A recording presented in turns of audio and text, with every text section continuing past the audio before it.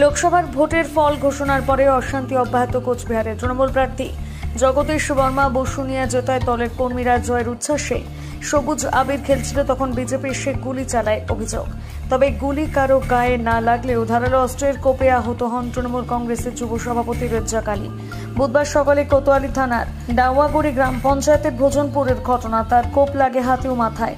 তাকে বাঁচাতে গিয়ে আহত হন তার দুই তৃণমূল কর্মীর সমর্থক ভাই এরশাদ আলী এবং এসমান আলী। আহত তিন তৃণমূল কর্মী কোচবিহারের MJN হাসপাতালে মেডিকেল কলেজে চিকিৎসাধীন। আহতদের দেখতে যান কোচবিহার লোকসভা তৃণমূল সাংসদ জগদীশ বর্মা বসুনি এবং জেলা সভাপতি অভিজিৎ দেবভৌমিক।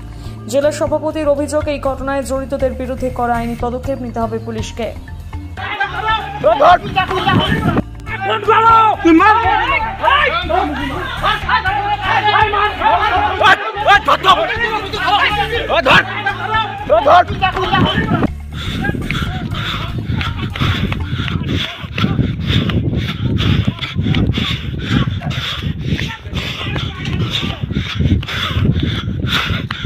দেখো হাতে বন্দুক নিয়ে ভাগতেছে।